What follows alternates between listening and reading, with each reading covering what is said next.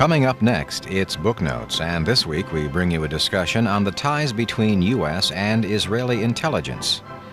Our guests are authors Andrew and Leslie Cockburn, and their book is titled Dangerous Liaison, the inside story of the U.S.-Israeli covert relationship.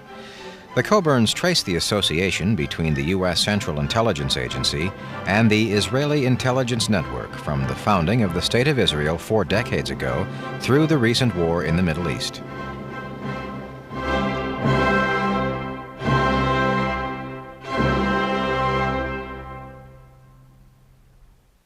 Andrew Cockburn, co-author of the book Dangerous Liaison, the inside story of the U.S.-Israeli covert relationship. What's the premise of your book?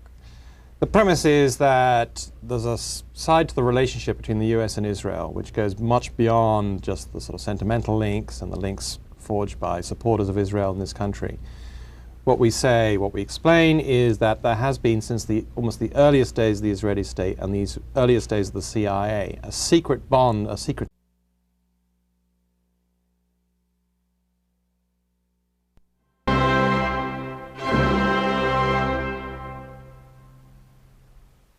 Andrew Cockburn, co-author of the book Dangerous Liaison, the inside story of the U.S.-Israeli covert relationship. What's the premise of your book? The premise is that there's a side to the relationship between the U.S. and Israel which goes much beyond just the sort of sentimental links and the links forged by supporters of Israel in this country. What we explain is that there has been since almost the earliest days of the Israeli state and the earliest days of the CIA, a secret bond, a secret link between them, basically by which the Israeli intelligence did jobs for the CIA and for the rest of American intelligence. And this, you cannot understand what's been going on around the world with American covert operations and indeed Israeli covert operations until you understand that the two countries have this secret arrangement. Leslie Cockburn, what was the most interesting part of writing this book? Well, I mean, there are a number of things. For example, one particular part which I found most interesting was we talk about Israeli operations in Colombia and some of the Israeli commandos who trained the hit squads of the Medellin cartel. It turns out that they had trained us in Israel as well, and when they were between trips to Colombia. These were the same people who also trained most of the top commanders in the Guatemalan military, also trained the Contras. And they were working, they had a firm that was under license to the Israeli Ministry of Defense. And then they turn up in the jungles of Puerto Boyacá in Colombia. So, I mean, we had a lot of adventures, I must say. Did the Israelis cooperate with you at all in this book? Well, we talked to, we never made an official approach to the Israeli government or Mossad or anything like that, but we managed to get, in the end, to talk to all the people we wanted to talk to in Israel. We talked to people like, for instance, David Kimchi, who had a long Mossad career. He eventually rose to be deputy head of Mossad, the Israeli secret intelligence agency, the equivalent of the CIA.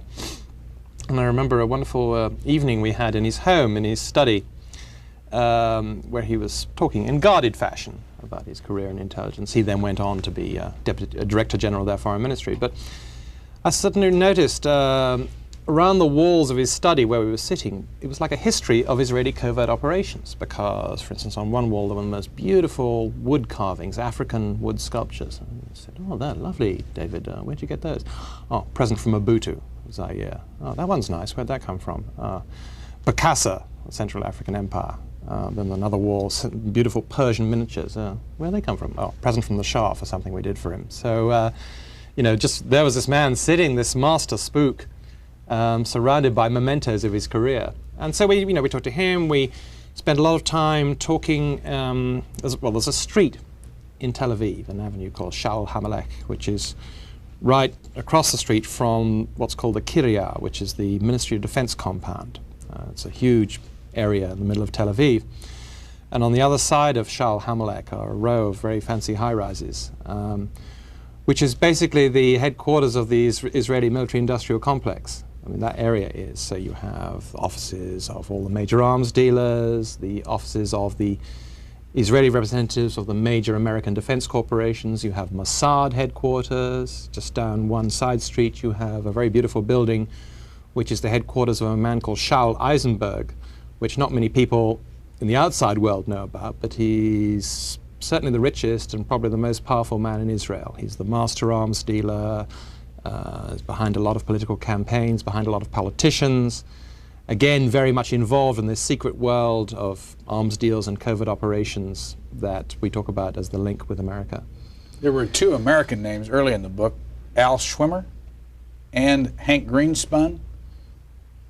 Well, Al Schwimmer is, again, a fascinating character. He, right at the very birth of Israel, his real name's Adolf Schwimmer, but everyone calls him Al. He was basically an arms smuggler for Israel. He was flying in arms during their War of Independence from all over the place. He was originally a TWA flight engineer, in fact, but also a brilliant pilot. So, for example, he was flying arms from Prague, because in the early days of Israel, in fact, most of their arms, or one of their most important single arms supplier, was the communist government in Czechoslovakia. And Schwimmer was part of that. He went on to found Israeli aircraft industries, in the meantime still sort of flying arms, you know, doing covert arms deals around the world. And then years later, his energy is still undiminished, he was right at the heart of the Iran-Contra business. He was, you know, absolutely central at one point to the covert shipments of arms to Iran. Hank Greenspun was another fascinating guy. He was a US Army veteran at the end of World War II, and he'd just moved to Las Vegas to set up a radio station when Al Schwimmer suddenly knocked on the door. He didn't know him, introduced by a mutual friend, said, "Hey, drop everything, I want you to come with us, and we're going down to Mexico. We need you to go and vet some arms that we've gotten hold of, that we're buying illegally, in fact. We need to get to Palestine for the strike." So Greenspun says, "Oh, okay." Drops everything and becomes an arms smuggler briefly. He disappears from his house for 6 months, comes back, can't tell his wife where he's been, and he's, you know, been in Mexico bribing officials, and then he goes back to Las Vegas. He later became very famous as the publisher of the Las Vegas Sun, early opponent of Joe McCarthy, fought Howard Hughes, and was also, actually, interesting enough, he was the conduit for many years until the campaign finance laws got tightened up. If candidates, particularly Democratic candidates, who needed cash in a hurry, Hank Greenspun in Las Vegas was the man to see, because in Las Vegas, of course, there's a lot of cash around. And if you were in dire straits, for instance, Jimmy Carter was saved at a crucial moment of his candidacy in 1976 during the Pennsylvania primary when Hank Greenspun came up with $60,000. So you have characters go all the way through. Yeah, I mean, one point about doing this kind of story about covert operations with U.S. and Israel is that because Israel is such a young country, some of these people who were there at the very beginning, who were making the deals in the 50s, are still alive. We went to see Issa Harel, who was really a towering figure in covert operations. He was chief of Mossad at a crucial time in the 50s, when the relationship, this secret relationship we're talking about, was just getting going. This is there was a deal made in 1951. Ben-Gurion came to Washington and offered the CIA the services of Israeli intelligence. Who was Ben-Gurion? Ben-Gurion is the father of Israel.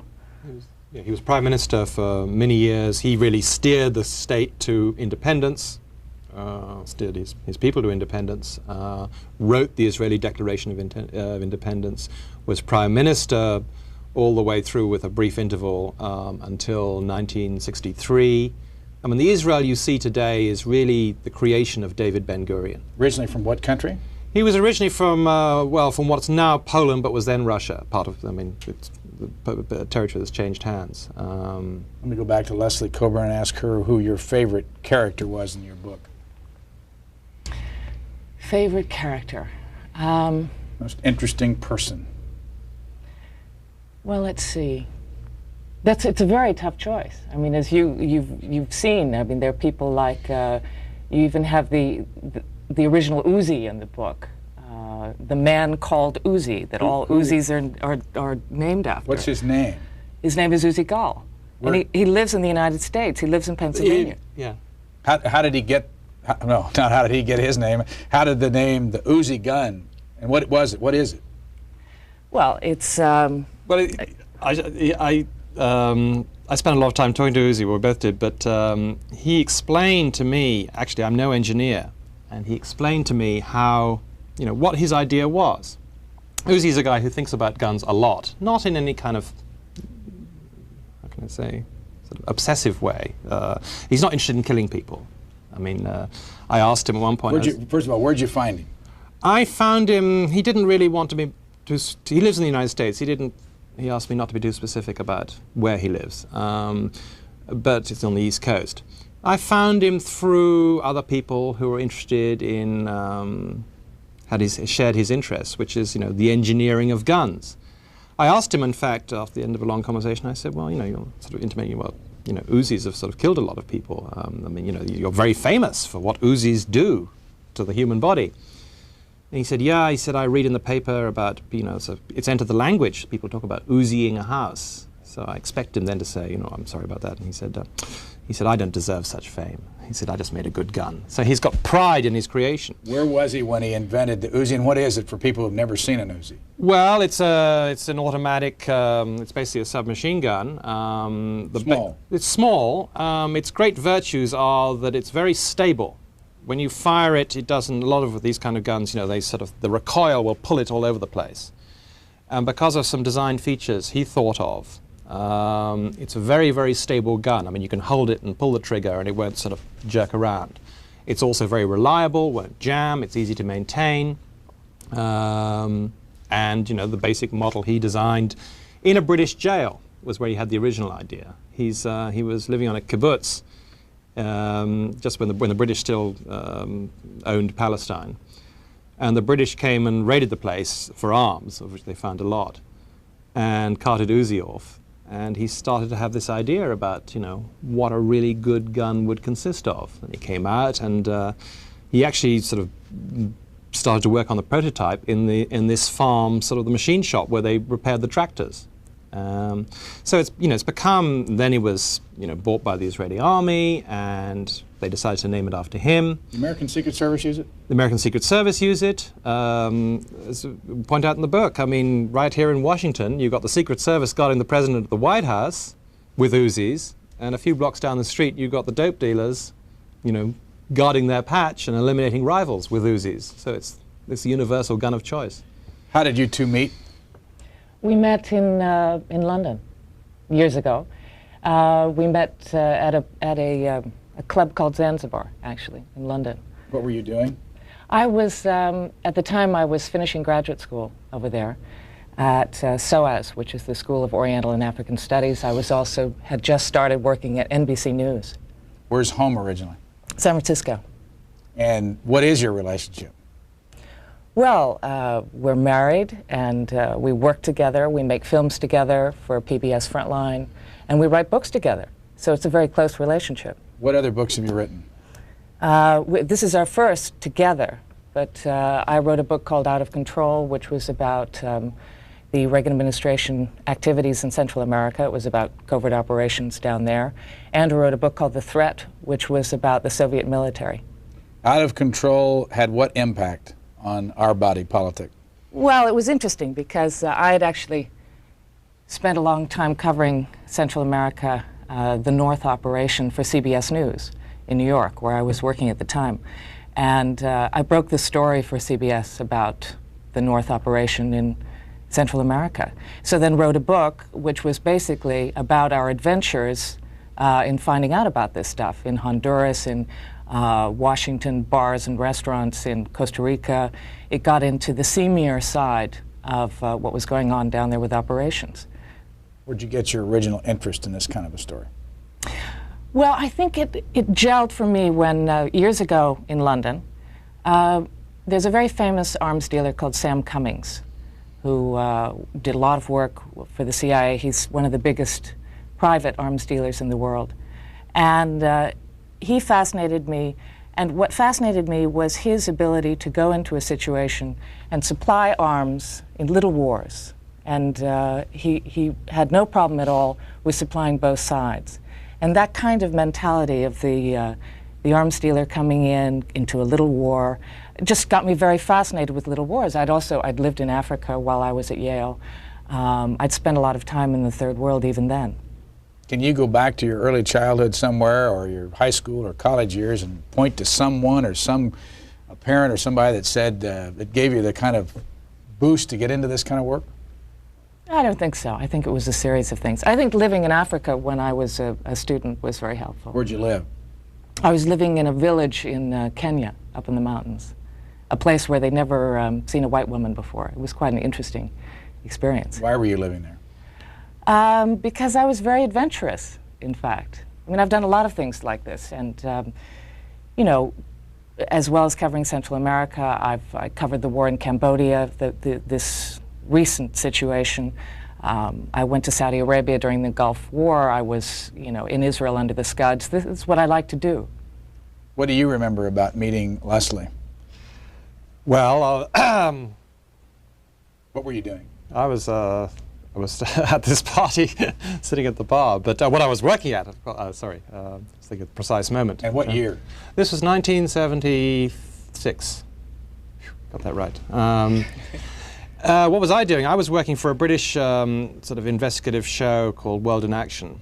In Britain, the networks, they have a lot of documentaries on television, and it's much more a routine thing.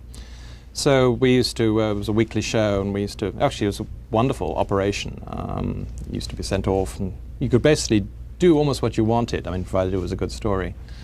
I think at that time, what was I working on?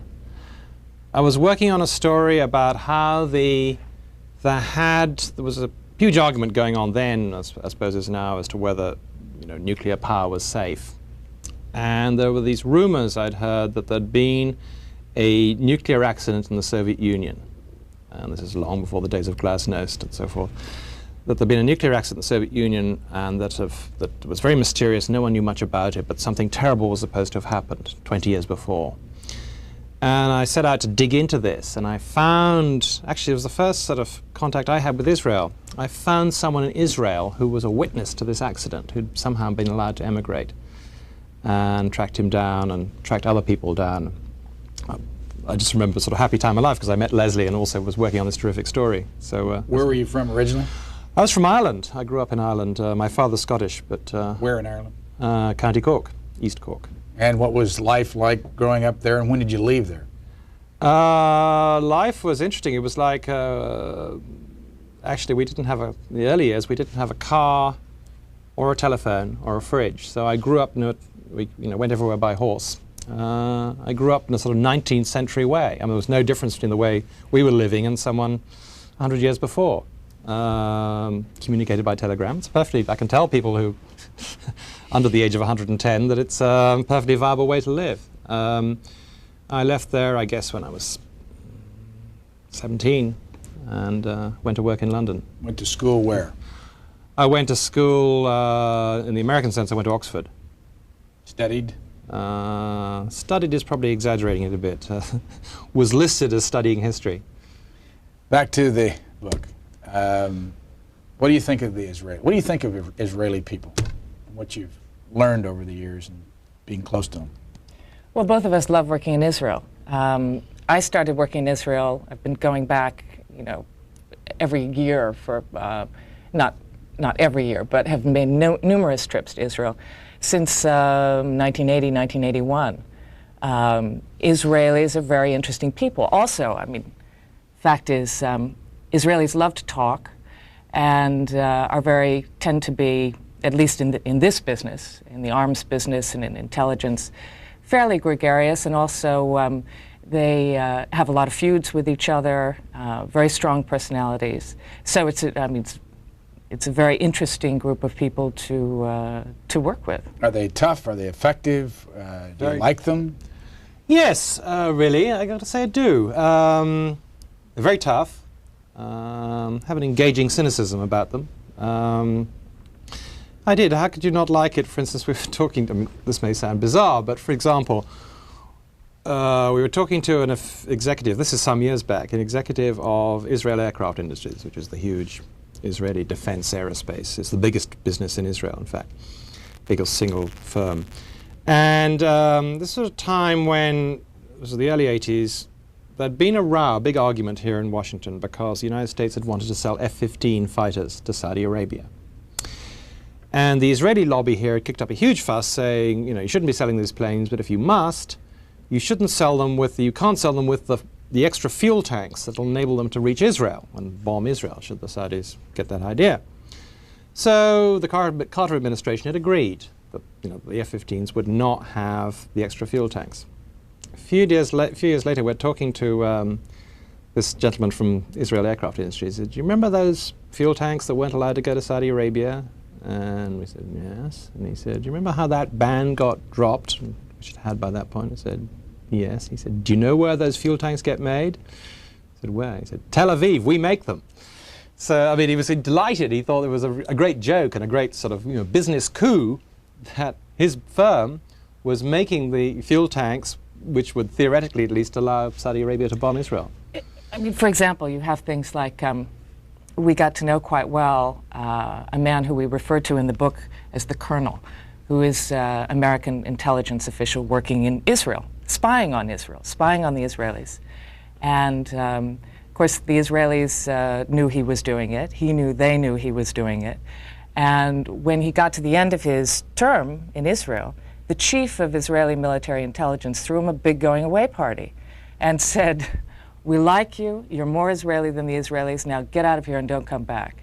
So it's such an interesting interplay between these people. You tell a story early in the book. I've never heard anyone pronounce his full name, so I don't even know if this is right. James Jesus Angleton, or they call him Jesus. What did he ever? He's always, everyone, although it should be Jesus, because that was in recognition of the Mexican half of his family, everyone always pronounced it Jesus. You tell an early story about a monument to him near Yad Vashem, the memorial to the Holocaust. Explain that story. Right. Well, so if you're going on the outskirts of Jerusalem, on the western side at least, you have Yad Vashem, which is the very moving memorial to the Holocaust. If you take the road past there, out of town, you go down the hill and you wind through a pretty village and eventually come to what's called the Jerusalem Forest, which is full of memorial groves, if you like, to people that get honored in this way, war heroes or simple people who've been killed in war, or people recognized by the State of Israel. And we were driving through this one day, and the reason we were doing this was we were looking for the memorial grove, memorial forest to James Jesus Angleton, because Angleton was a CIA man, a senior CIA official, very famous for a number of reasons, but he was of interest to us because he was the link for many years between the CIA and the Mossad. And the Israelis had all said to us, his old intelligence friends had said, oh yes, we love Jim, and Jim was a good friend to Israel, and we liked Jim a lot. And in fact, when after he died, which was in 1987, we erected a memorial, created a memorial forest for him. And it's out there, and I suppose it's a bit hard to find. You might not want to look for it, but I can tell you that it's there. So we thought we'd go and take a look. So we drive out, and there are all these nice groves with nice plaques carved in stone to various people. And we can't find the Angleton Memorial. And eventually, we decided to give up. We think we've taken the wrong direction or something. So we're looking for a place to turn, and there's an open space, or it looks like an open space, and we drive up. But it isn't. It's basically a garbage dump with a few stunted, dying little trees poking up, and a plaque actually on plastic screwed to the stone to James Jesus Angleton. So this was the memorial forest, and we felt it's kind of hard to explain, but it's in a way it was an Israeli joke. It was look, we're supposed to like you a lot, we're supposed to owe you a lot, but we don't owe anyone anything. So here's what we really think of you, and it's a garbage dump. Mr. Angleton is dead. He's dead, but not forgotten. New book just out about him? Yeah, but it doesn't really go into the Israeli side, which is what interests us. I mean, Angleton did a number of things. He was, he's been most written about because he was head of CIA counterintelligence and was searching for, got obsessed about a Soviet mole in the CIA. But although that may be the most publicized role he had, he did other things too. And his most important job, really, and this is the role that the agency has always been very keen to obscure, In fact, they prevented one former colleague of his in the agency from writing a book about him because they said, oh my God, if he writes that book, he'll talk about this particular job, which was Angleton's role as a liaison with foreign intelligence services, including the Israelis, particularly the Israelis, in fact. And this was an absolutely key role. There's a lot of bodies buried there because if what Angleton was able to do, if there was things the CIA couldn't do, or didn't want to be seen doing, or wanted to do in this country, which is legally precluded from doing, Angleton could go to his buddies, as liaison, could go to his buddies in foreign intelligence services, and particularly the Israelis, and say, help us out.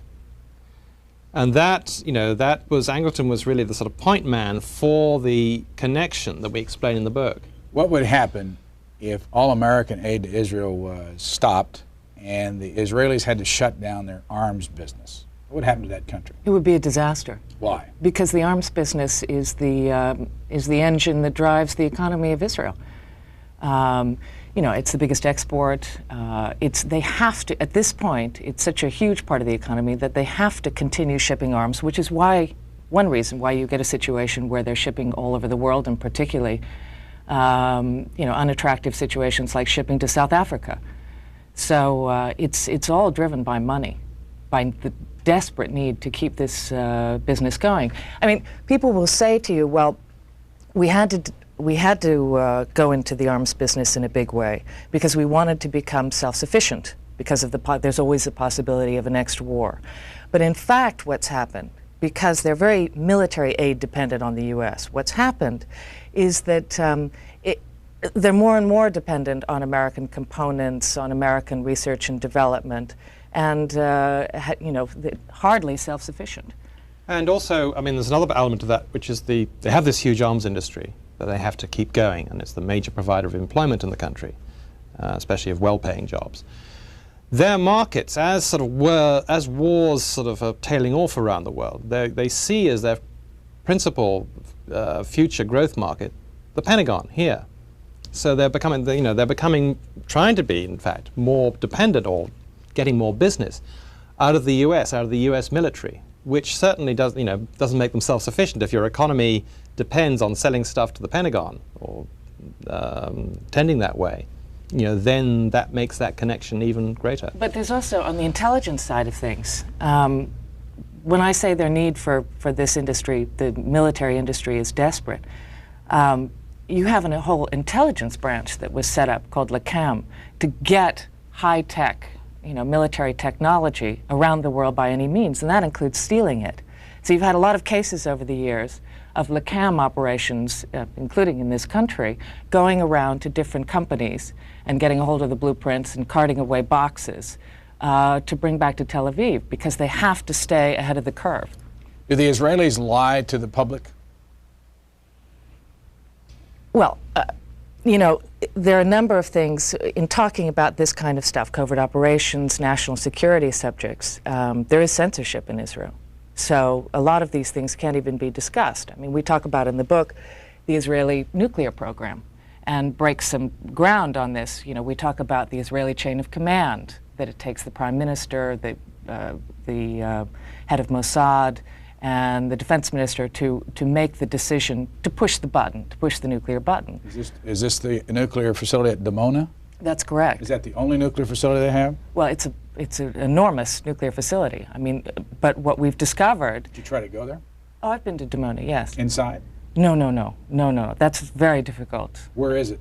It's down in the Negev. It's out in the middle of nowhere. And what happens is when you go to Dimona, if you happen to stop the car and take a picture of it or film it or whatever, you're out of there very quickly. One Defense Intelligence Agency friend of ours said that he had more flat tires in front of Dimona than anywhere else in Israel. But what we also discovered was that Israel not only has nuclear weapons, but sophisticated tactical nuclear weapons, just like we do. Remember, the American Army used to have nuclear landmines, for example, all over Germany. Well, the Israelis, we've discovered, have nuclear landmines seated on the Golan Heights. And at one point, Ariel Sharon, who is, of course, famous for the invasion of Lebanon and whatnot, went to Begin and said, look, you're busy and had a terrible relationship at the time with the chief of Mossad. He wanted to take over sole control of the nuclear button, and Begin, fortunately, said no. But this kind of thing, I mean, that's why it's, the Israelis have gone wild for the book, and they've serialized it in Maariv and written about it in Haaretz, because they can't talk about this sort of stuff unless it's been printed abroad before. Maariv and Haaretz are what? They're two very large Israeli papers. Haaretz is the kind of New York Times of Israel, and Maariv is the big conservative paper. And you point out in your book that one of the things you did differently with this book is had a lot of translations of a lot of Hebrew in Israeli newspapers. Why? Because there's an amazing amount of information that appears in Hebrew, and the Israelis feel comfortable about this because if it's in Hebrew, it's like it's among themselves. That doesn't get translated into English. I mean, they're very conscious of the feeling that Hebrew is like a code. I mean, not many people outside Israel actually speak it. So, if you can say something in Hebrew, it's almost like saying it in secret. So we discovered that, for instance, the Hebrew press in Israel is a very, very good, there are a lot of very good journalists, there are very good newspapers, an amazing amount of information that never finds its way into the dispatches of, correspondence of, foreign correspondents from Israel, very few of whom actually speak Hebrew. And nor does it appear in the English language Israeli papers like the Jerusalem Post. I mean, someone said to us, do you know what the function of the Jerusalem Post is? And we said, what? He said, it's to give the American ambassador a happy breakfast. So so they're very conscious of, Hebrew is for us and English is for everyone else. We also found that, books and also sort of diaries, documents, there was a treasure trove. I mean, the Israelis, of course, are good at keeping secrets. I mean, are good at, it's not like they spill everything out and they have total freedom of information. But there is still a wealth of detail and information and color and a lot of what you need to know to understand the connection we're talking about in Hebrew. How did you get it translated, and was it expensive? Yeah, but we thought it was, was worth the investment. Can you give us an example of something that you learned that was in Hebrew that we never saw in English? Sure. The '67 war, for example. The general people's general view of the 1967 war was all the Arabs sort of ganged up on Israel and maybe even attacked Israel, and the Israelis fought them off and won the great victory, which got them the West Bank that people are arguing about today. In fact, I'm going to give you a quick background. I mean, according to put it this way, we found a book of memoirs written by a guy who was the military aide to the then Prime Minister of Israel, this guy called Israel Yor. And he gives an account in this book, which has never been translated into English. It's available only in Hebrew. In fact, wasn't even a sort of bestseller there. He gives an account how on June the 3rd, 1967, 2 days before the war broke out, he was at the home of the Prime Minister and they were waiting for the head of Mossad to come back from Washington, because the head of Mossad had been sent to Washington to get permission, to get the green light to launch the war. And he explains, we knew we could win. He's explained already in the book. He says, we knew we could win. The generals were hot to go. They weren't really scared of the Egyptians or anyone else, but they wanted to go ahead with this. And the Prime Minister had been saying, no, we can't do it. We can't attack until we have American permission. And he gives this very vivid description of how Mayor Amit, the head of Mossad, comes back into the room at midnight, and it's the sort of high command is sitting around, and this being an Israeli meeting, the air is thick with cigarette smoke, and Amit walks back in. They say, well, what is it? Is it war or no war? Will they let us go? And Amit says, well, I've been given to understand, the Americans have told me that they would bless us if we crushed Nasser. So they said, that's it. And they started the war on Monday morning, and he'd been to Washington, and he'd seen Richard Helms, the head of the CIA, and very few other very senior officials, and also including certainly James Jesus Angleton, and they got permission to do it. So that was something that had never been in English. I mean, it really, once you've read that, you understand that things are a bit different from the sort of kind of histories you read in English. Where do you two live now? Washington. And where do you two work besides doing books like this now? Well, we lead a busy life. We make programs for ABC News. I made two programs, big programs during the Gulf War for them, big hour on Cambodia. And together we make films for PBS Frontline. and have for some years now. But you operate as outside consultants in this case, or outside producers, not on the payroll every day of these organizations? Oh, absolutely. I was on the payroll of one of the big networks for years, CBS News, and found that if you're on the payroll all the time, then you can't do anything else.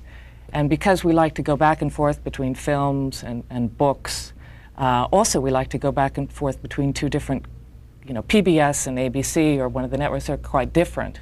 How do you get Cockburn out of Cockburn? It was some idea that happened back in Scotland several hundred years ago. I'm not responsible, but all Cockburns carry this mission through life: is your name is spelt Cockburn, but you pronounce it Cockburn. And there are people who give up the struggle and change the spelling to C-O-B-U-R-M, but we regard them as backsliders. Who is Alexander Cockburn? He's my brother. Who's older? He is. And do you still have a relationship with him? And, Sure. And what's he do for a living now? We don't see him in the Wall Street Journal anymore. No, he's very nomadic. He basically, Alexander, among his many interests is collecting classic American cars. And I think now has 12 of them distributed. These are the big monsters from the late 50s and early 60s, and he has them distributed around the United States. So he moves around the U.S. in a sort of great circle route, and he has cars everywhere. So he lives most of the time actually out west. And he's incredibly busy and incredibly productive. I have a younger brother too who spent the war, the recent Gulf War, in Baghdad. He's the correspondent. He's the Middle East editor for an English newspaper, The Independent, and. Your brother was very opinionated and very, very visible, especially when he was in the Wall Street Journal. Does that give you a problem that people automatically ascribe his views to you? Not sometimes. Not really. It's he often gets confused with me as well in other areas. So I just get used to it. Are you Alexander? No, I'm Andrew, or whatever. And he also gets confused with Patrick, of course, who's most of the time in the Middle East. So. And how about politics? Do either one of you consider yourself strong political people? I don't. You get accused of that, though. Well, look, whenever you're looking into this kind of stuff, whenever you spend your life, collecting frequent flyer miles to go to places like Cali, Colombia, and Dhahran, Saudi Arabia, and Thailand, and when you're actually going out and finding out stuff, the world doesn't fit into a neat little package. It's always a little different from what people expect it to be. So of course you're always going to get, it's always controversial. The truth is controversial. People have trouble sometimes making Leslie out. We were talking to a master Israeli arms dealer called Shapiro, who looks the part too. He wears very expensive dark glasses and silk shirts and smokes big cigars. And sitting talking to him in his very elegant office opposite the Ministry of Defense in Tel Aviv, and Leslie was explaining what she'd been, we were talking like we're talking now, and Leslie was saying, oh, I've done this and done that, and done that. And Shapik took the cigar out of his mouth and said, I see, you're a spy. It's happened more than once. But there was another, again, a master Israeli intelligence operative who we were in Manhattan. It was late at night. We were in a hotel room grilling this guy for information. And he said, he turned to us and he said, you're Shin Bet, which is, the domestic Israeli intelligence. So it's, as I say, it's always more confusing than it seems. One other thing, another quick question. How many times have each of you been to Israel? Ooh. You list a whole bunch here, like 81, 82, 83, 84, like every year. Is that both of you you travel together? Sometimes together, sometimes separately. We've been for different things. We did we did an hour for Frontline about 3 years ago. Yeah. Where we traveled several times together. That was 4 or 5 times for me, at least. Yeah. When they see you coming into the country, do they do anything special, like trail you? Oh, no. I feel very comfortable working there. I mean, as I say, I was there during the Gulf War under the Scuds and had absolutely no problem at all. In fact, I broke the story about the Patriots misfiring. It was very interesting because, in a situation like that, it's pretty scary, and most people whipped on their gas masks and went into their sealed rooms. But of course, you can't see anything in a sealed room, and there's no telephone. It's, you're completely in the dark. You may as well be in Washington. So we set up on the 14th floor balcony of the Tel Aviv Hilton, where we got a brilliant view of what was going on, and then could rush down and, go see what the damage was. But one night, 4 Patriots, there was a battery very close to us. Patriots. And the first one flew up and exploded in midair. The second two flew so low over Tel Aviv that they were going under some of the larger apartment blocks. And the fourth took off, went up and did a hairpin turn and came down in front of us. And I said, that's it. And I got on the phone to New York and said, this is really a very bad situation, because the population of Tel Aviv was suddenly in a position of not only having scuds raining down on them, but Patriots too. So, I was just saying, the question of being trailed in Israel. Israel's, if you're not Palestinian at least, it's quite an easy country to get into. The interrogate on the way out is when they talk to you. At this, as in most airports, they want to do a security check and sort of see you haven't got a bomb in your baggage. But they'll give you a prolonged interrogation as to where you've been, want to see your hotel room, want to know who you've talked to. I mean, it's and as international flights tend to leave Israel at 4 o'clock in the morning. I mean, so you've gotten up at 2, or not gone to bed, or groggy, and then suddenly remember sort of, being interrogated. Everyone you've talked to in the last month can be quite a trying experience. You tell the story about a group from Philadelphia, the group of Philadelphia Jews, I believe, making the pilgrimage to Israel, and then you also at one point talk about being, one of you or the other, maybe both of you together, were with Eric Sharon, traveling near the Green Line, the West Bank, and being able to. What I'm getting at here is there was some cynicism coming through all this about what the Israelis do about American Jews coming to Israel on the pilgrimage. Who wants to tell that? Well, and the Golan Heights trip and Mr. Rabin coming in with his helicopter and landing and all that, if I remember it correctly. Right? Yeah, there is cynicism. And it's very interesting because, frankly, you have a situation where American Jews come over and they're donors. I mean, I had the experience of being with a group of very big donors. And we went up to a spot in the West Bank overlooking what's called the coastal plain. I was with Ariel Sharon, and he was making the point to them of how dangerous it was to give up the West Bank because, of course, then you could have missiles flying in from Jordan and could hit Tel Aviv, whatever. Anyway, so he gave a very good demonstration. He had the charts. Everyone was listening. Then they all got back up on the bus.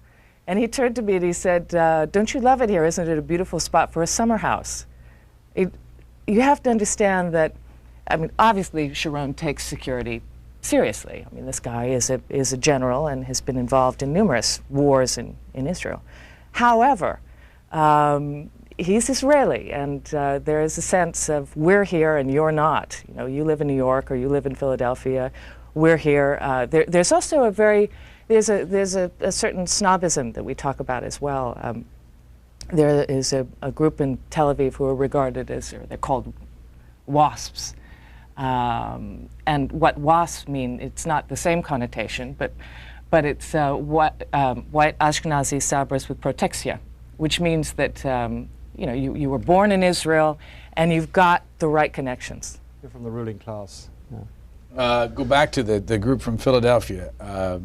What is the tour? When an American Jew comes to Israel and they're donors, where do they take them? Well, there are a number of set routes, but the tour we talk about here is the security tour, where they're taken to see, like the one Leslie described, the spot on the Green Line, where to show how vulnerable Israel is. What is the Green Line? The Green Line is the old border with the West Bank. It's now it's a notional. It's the border of the West Bank from Israel proper. So we'll be taken to places like that, to Masada maybe. What's Masada? Masada is it's a very interesting place. It's this fortress, it's a rock rising out of the desert in the south, and it's on the top of the sort of ruins that have been excavated in the last few years. It's where the last Jewish rebels against the Romans held out in AD 70. And the Romans built these enormous ramps to a tremendous amount of effort to get sort of siege engines up this sheer rock to take the place. And just before the Romans broke in, they all committed suicide. So this is, for very reasonably, it's a very sort of holy spot to Israelis. Masada and to the Golan Heights, for example, which again is very vivid to, if you want to sort of convey a sense of Israeli vulnerability. You say, well, the Golan Heights before 67, the Syrians were up here looking down on Israel, and they could shell us, and indeed did, and attack settlers and so forth. And we describe in the book the scene where all these Philadelphians arrived to witness an Israeli army firepower demonstration. And we really tell it through the eyes of an Israeli who was watching. It was a correspondent for Haaretz, big paper. Because he reacted to it. He said, this is ludicrous. How demeaning for us that we have to put on this circus for these Americans who don't understand us. And they, and he basically describes the Israeli soldiers having to perform like seals just for the gratification of the American donors in order to sort of wait for the handout. And he said it's very demeaning for Israelis to have to sort of do this. I mean, it was a very sort of cynical piece he wrote. Does the handout come eventually? Oh, well, yeah, the overall handout, of course, for one reason or another is, many billions of dollars a year. And although the private donations aren't as big as the US taxpayer donations, they're still very large. Israel bonds or direct contributions. So that's something the Israelis pay a great deal of attention to. Who was it? Was it the former defense minister, Rabin, that came in the helicopter? Yes, at this far in the Golan, in the middle of it all, there's an announcer. It's like at a fairground. There was an announcer crackling announcements in English. And this was supposed to be, they were saying, well, we're showing you the Israeli army in training. Except all the signs were sort of in English, which would be odd since Israelis speak Hebrew, and all the commands that were issued were in English too, which is again odd for a real demonstration. In the middle of all this, put, and in comes the helicopter with Itzhak Rabin, who made a stirring speech, and everyone presented medals and awards to each other, and then the IDF, the Israeli army, went on to attack the quote-unquote Syrians, which was a pile of barrels, and blew them all apart. And I guess what I want to ask you is that do you think that this group of leaders, meaning everybody in the intelligence community, in the military, and in the government, are sitting behind the scenes laughing at the Americans coming over giving the money? Is this No, that's much too strong. The reason why we put that anecdote in the beginning of the book about the demonstration that wasn't a real demonstration was, that's one side of Israel. But we immediately asked people to take a tour down this street that Andrew mentioned before, Shal HaMelech, next to the Ministry of Defense, which is the real Israel for this security system. But they didn't take the Philadelphians down the street where the defense ministry is located. No, and they don't get to spend time with these kinds of people, absolutely not. Why not? Because this is a world, first of all, because if you're not in the business in some way, or meddlesome journalists like us, why go there? They would have nothing in common. They would have nothing to discuss. These are very tough, seasoned operators we're talking about here, and they can't be bothered with seeing a tour group unless they happen to be a politician. I asked you earlier whether or not the Israelis lie about what they're doing, and I want to ask you the same question about the American government. You catch the American government in a lie when you're covering them about things like arms and drugs? Oh, sure. I mean, the American government, there's a number of lies on the record. I mean, it's continuing embarrassment. One of the great lies of the 80s was, for instance, that we weren't selling arms to Iran. Well, we were. We were doing it through our Israeli proxy. And in fact, as we reveal in the book, we were doing it from day one of the Reagan administration. We have someone we spoke to actually on the record, General Avraham Tamir, who was like the sort of Brent Scowcroft, sort of shadowy backroom figure, advisor, high-level advisor to the Israeli governments through the 1980s. He told us how Al Haig gave them permission to sell arms to Iran from day one of the administration. He also described to us, again, a lie. I mean, there was the lie that we weren't involved in any way in the Israeli invasion of Lebanon. He described how he and Aric Sharon came to Washington in the spring of 1982 to get the green light to invade Lebanon. And he lays it all out, and he explains why Haig wanted them to do it. And he said Haig sort of said, okay, we want a minor operation. And then Tamir went like this. He said, it's a big word, minor. I mean, because they did this huge war. American government lie? Oh, of course, all the time. I think, I mean, we saw it in spades in the 80s, particularly what we know of now as Iran-Contra. But interestingly enough, as part of that, on the Central America side of things, for example, we were not given a very good picture of what Israel's involvement was in Central America during that war. In fact, what we reveal in the book, I mean, not only did you have an operation like Tipped Kettle, where William Casey turned to the Israelis and said, we want hundreds of tons of weapons for the Contras, which he did, which they delivered. You had Israeli advisors running around Honduras as early as 1981. You had one of the guys on the Contra Directorate would go regularly brief the Israeli consul in Tegucigalpa in Honduras about how the war was going. In Panama, Manuel Noriega, I mean, no one wants to touch him anymore, but he was certainly great friends with people in the White House and in the agency as part of the whole Contra effort. And at his right hand was Mike Harari, known as Mad Mike in Panama, who was former chief of clandestine operations for Mossad, for Israeli intelligence. This was Noriega's business partner. This was a guy who imported $500 million worth of Israeli arms into Panama and was intimately involved with the secret side of the operations of training and supplying the Contras that were coming out of Panama. Where did you get all the intricate knowledge that you have of the Mike Harari departure from Panama on that night of the invasion? Well, that's interesting because that comes from that's piecing to, there were a few very good journalists there at the time, Americans. The Hebrew press has some excellent, I mean, there are people over there who really tried to track that down because they were very interested to see Mike Harari suddenly back in Tel Aviv at a time when the U.S. military controlled the ground, the air, all exit points. This guy suddenly disappears. And also the Panamanians have come out. The guy who became the chief of staff of the Panamanian military said that the U.S. officials told him to stay away from Harari. Not to ask questions, just stay away from it. You say he got out in a C-130?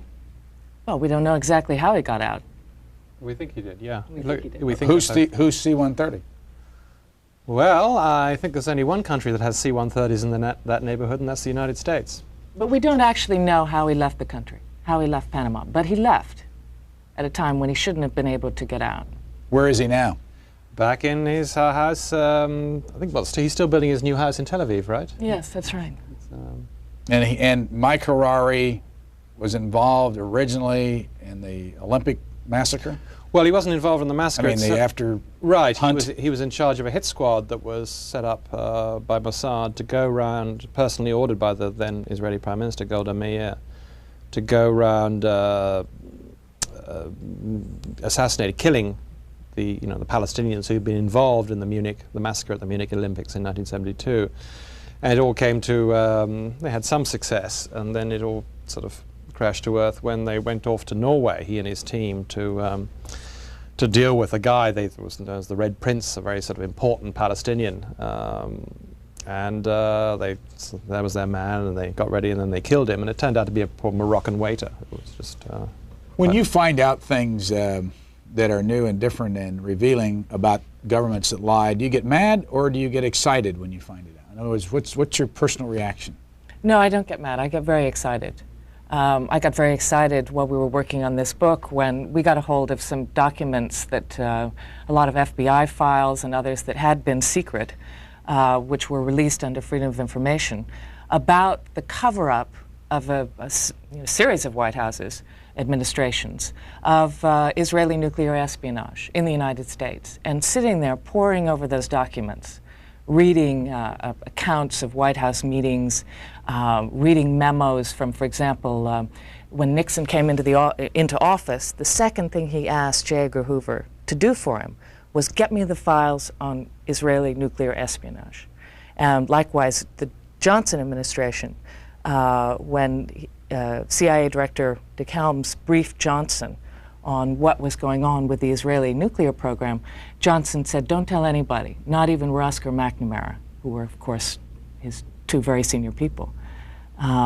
So that kind of, being able to find out, getting a glimpse of what's happening in the real world, what's happening on the inside is great. Do you get mad, or do you get excited? Sometimes, I must say, the sort of enormity of some crime takes my breath away, and I think, yes, I do get indignant sometimes. But I like Leslie, and I think like most journalists, I think when you actually find out or figure out, that's what they were up to.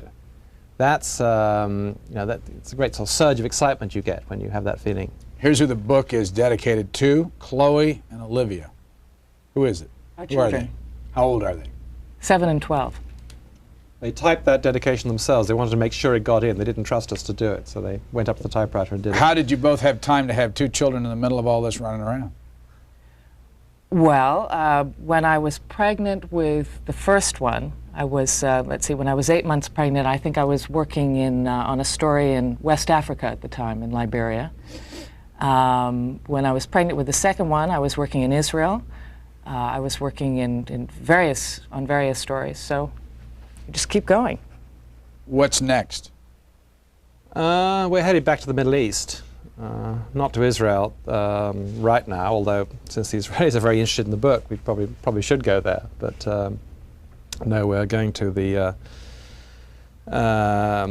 going to other countries in the Middle East. We're working on another frontline film. And do you want to write another book? Oh, sure. What if you could do it today? What would you write it about?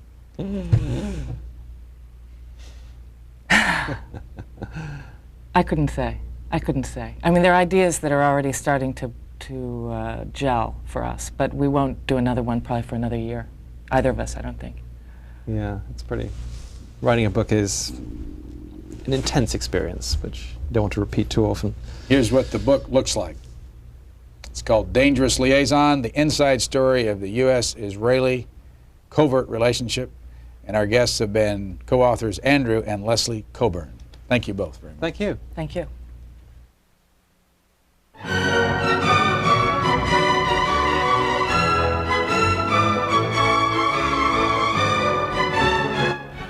Join us next week on Book Notes when our guest will be author Liva Baker.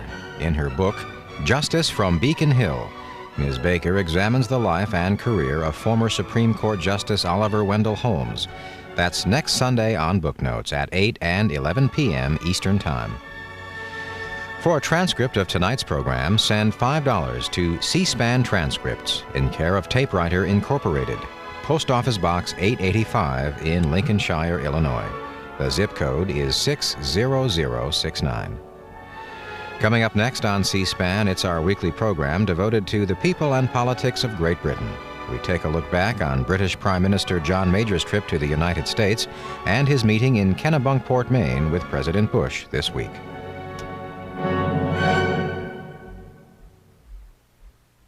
Recently, C-SPAN's viewer information